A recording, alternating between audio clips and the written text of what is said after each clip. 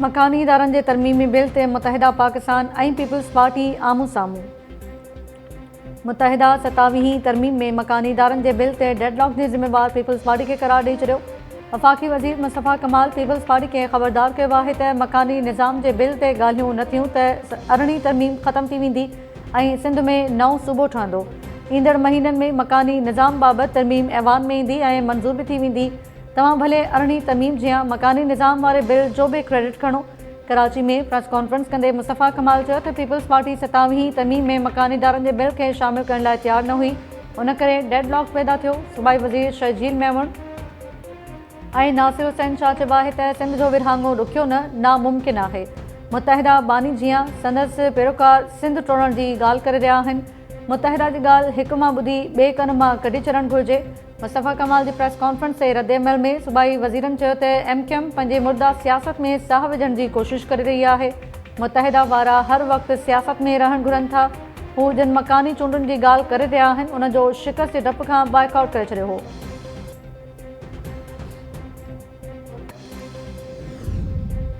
आज़ाद कश्मीर जे वज़ीर आज़म चौधरी अनवारुल हक़ ख़िलाफ़ बेतमादी रिथ कामयाब। संदसि पंहिंजी काबीना जे मेंबर ऐं पीपल्स पार्टी उम्मीदवार फैसल मुमताज़ राठौड़ खे वज़ारत उज़्मा लाइ 36 वोट मिलिया। संदसि मुखालिफ़त में रुगो 2 वोट आया। पीपल्स पार्टी बेतमादी लाइ 38 वोटर्स जी हिमायत हुजण जी दावा कई हुई। ऐवान खे आख़िरी ख़िताब दौरान वज़ीर आज़म चौधरी अनवारुल हक़ चयो त इहो कीअं थी सघे थो त हिकु ई माण्हू आइन ऐं इंतिज़ामी ढांचे जी तबाही जो ज़िम्मेवार हुजे। छा मुंहिंजी काबीना जा मेंबर उन जा ज़िम्मेवार न आहिनि? हीउ सियासी निज़ाम तॾहिं बचंदो जॾहिं असां जूं सरहदूं महफ़ूज़ हूंदियूं। पाकिस्तान जो हथियाबंद फ़ौजूं मौजूदु न हुजनि त कुझु न रहंदो। आख़िरी ख़िताब बाद चौधरी अनवारुल हक़ ऐवान मां हलियो वियो। नए वज़ीर आज़म जी हल्फ़ बरदारी सुभाणे थियण जा इम्कान। ज़रियनि मूजिबि सदर सुल्तान महमूद बीमार हुजण सबबि नए वज़ीर आज़म खे कसम न खणाईंदो। संदसि जाइ ते स्पीकर आज़ाद कश्मीर असेंबली चौधरी लतीफ़ अकबर नए वज़ीर आज़म खे कसम खणाईंदो। वज़ीर आज़म शहबाज़ शरीफ़ पारां पंजाब जियां सिंध बलोचिस्तान ऐं KP सां भाईवारी जो ऐलान। वज़ीर आज़म चयो आहे त पंजाब जी वज़ीर आला जियां सिंध बलोचिस्तान ऐं KP जे वॾनि वज़ीरनि सां बि भाईवारी कंदासीं। थरकोल खे ट्रांसपोर्ट करण लाइ वफ़ाक़ ऐं सिंध सरकार जी भाईवारी आहे। हिन कम लाइ जेका रक़म तव्हांखे घुर्बल आहे उहा असां मुहैया कंदासीं। कराची में कैंट स्टेशन जी अपग्रेडेशन बाबति तक़रीब खे ख़िताब कंदे वज़ीर आज़म चयो त सेंट्रल एशिया में रेलवे जी वॾी ज़रूरत आहे। तव्हां कोशिशि कयो त जीअं पाकिस्तान खे रेलवे वसीले ॿियनि मुल्कनि सां जोड़ियो वञे।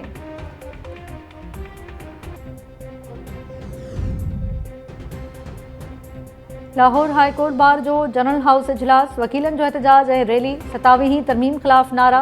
वकीलनि जे PO चौक खां जजिस गेट ताईं रैली कढी। रैली खे ख़िताब में सलमान अकरम राजा चयो त अॼु मुल्क में शराफ़त आइन ऐं कानून जी का बि जाइ न आहे। असांखे पंहिंजी ईंदड़ नसलुनि लाइ निकिरणो पवंदो। घरनि में वेही नथा सघूं। सदर Lahore high court bar Malik Asif ख़िताब में चयो त वकील आइनी अदालत ऐं जजिस जी बदिली बाबति इख़्तियारनि खे रद्द कनि था।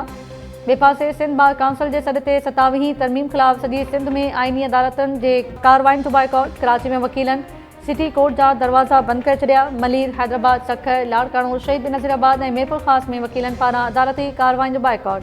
कंबर खैरपुर नौशरो फिरोज़ दादू उमरकोट मोरो खिपरो मेहर ऐं ॿियनि शहरनि में बि मुज़ाहिरा। 26वीं ऐं 27वीं तरमीम ख़िलाफ़ तहरीक जारी रखण जो ऐलान।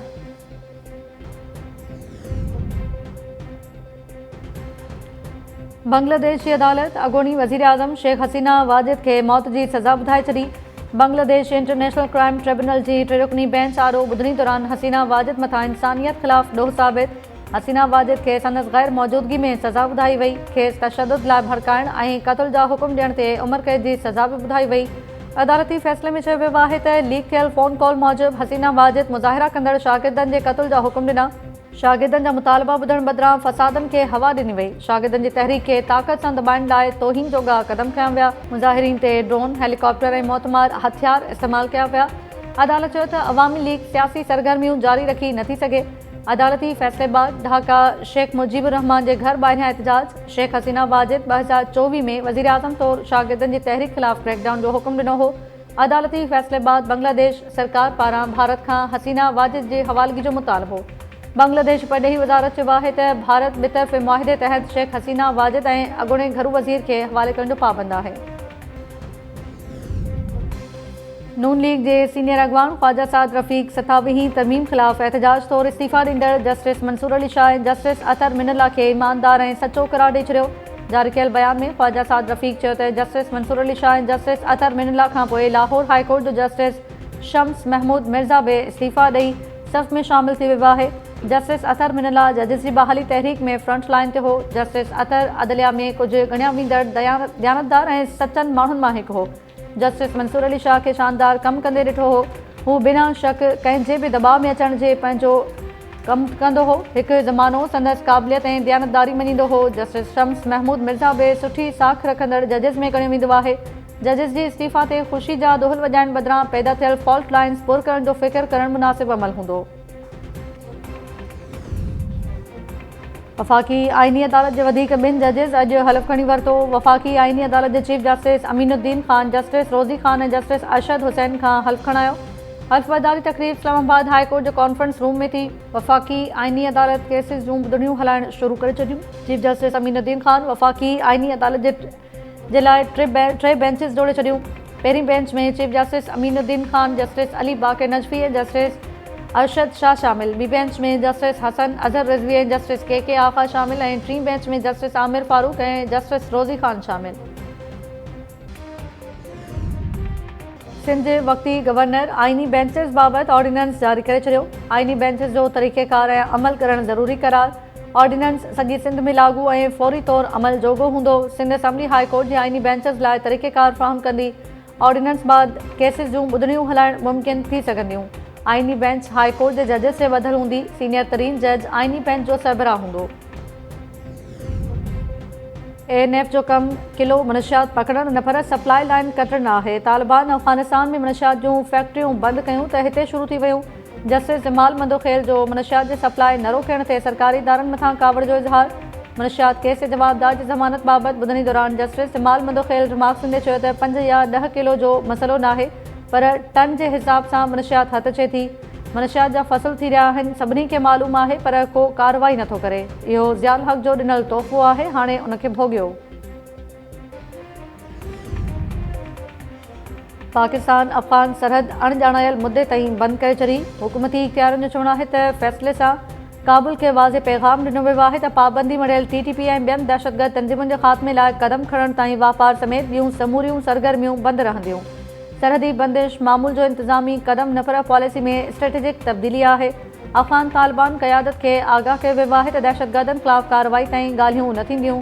पाकिस्तान पंहिंजे मौक़िफ़ ते क़ाइमु आहे। सिक्योरिटी पहिरियों, वापार बाद में। इख़्तियारनि जो चवणु आहे त असां लाइ वापार ऐं मईशत खां अहम पंहिंजे माण्हुनि जी ज़िंदगी आहे, जंहिं ते को बि ठाह न थींदो। अलीमा ख़ान जा 10हों भेरो गिरफ़्तारी वारंट जारी। रावलपिंडी जी दहशतगर्दी टोड़ अदालत 26 नवंबर एहतजाज केस में ॿुधणी थी। अलीमा ख़ान अदालत आॾो पेश न थी। अदालत मुसलसल ग़ैर हाज़िर रहण ते अलीमा ख़ान जा 10हों भेरो गिरफ़्तारी वारंट जारी कया। पंजाब जे रेवेन्यू बोर्ड अलीमा ख़ान जी मिल्कियत बाबति 38 ज़िलनि जे DC जी रिपोर्ट जमा कराई। प्रोसिक्यूटर ज़हीर शाह मिल्कियत सील करण जी इस्तदा कंदे ॿुधायो त अदालती हुकुमनि बाद अलीमा ख़ान जा मुख़्तलिफ़ बैंक्स में 37 अकाउंट्स मंजमद कया विया आहिनि। अदालत केस जी ॿुधणी 29 नवंबर ताईं मुलतवी करे छॾी। हैदराबाद में फटाकनि जी फैक्ट्री में धमाके सबबि सड़ी ज़ख़्मी थियल वधीक हिकु ॼणे दम ॾेई छॾियो। फौतुनि जो अंग ॾह थी वियो। पुलिस घर जे मालिक शकील खे गिरफ़्तार करे वरितो। अदालत आॾो पेश। अदालत जवाबदार शकील खे 7 ॾींहंनि जे जिस्मानी रिमांड ते पुलिस हवाले करे छॾियो। B सेक्शन थाणे ते दाख़िल कयल केस में घर मालिक समेत 5 जवाबदार नामज़द आहिनि। कराची में 5 खां 15 ग्रेड ताईं नौकरियुनि लाइ IBA जी टेस्ट पास उम्मीदवारनि जो एहतजाज। उम्मीदवारनि पारां कराची प्रेस क्लब खां CM हाउस ॾांहुं मार्च करण जी कोशिश।